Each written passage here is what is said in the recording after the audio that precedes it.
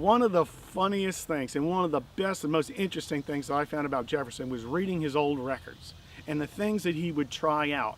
And I was not so much concerned with his successes, but I wanted to learn about his failures, because failures are very, very important in the garden. If you haven't failed at something miserably, if you haven't killed an entire crop of plants, you haven't grown anything. And there's one thing that I like to tell people about gardening. Killing stuff isn't bad, because if everything you ever planted lived, you would try nothing new. It would be the same garden year after year. But what he would do is take a plant that said nobody's ever grown this here, we don't think it's going to grow, and he would try it.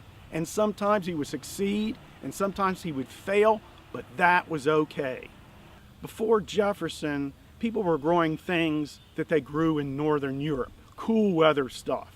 They were growing maybe potatoes or cabbage or broccoli and things like that. What Jefferson did to change the whole landscape of gardening, vegetable gardening, was bring in all the warm weather stuff. So it was here that you saw tomatoes being grown, and peppers, and beans, and okra, and all those staples that we consider just part of our basic Southern menu today. Okra is the quintessential Southern vegetable. If you haven't had fried okra, you don't live in the South. Now, if you don't come from the South, you probably think that's the most horrible image.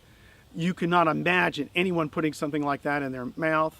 But for me, a plate of fried okra in the summertime, that's what it's all about eating here. And when I go up into Jefferson's garden and I see the old varieties that came from Africa, the cowhorn okra, which is the heirloom that's growing here, it makes me know that I'm living here in the South. And it really is, it's kind of a grounding thing.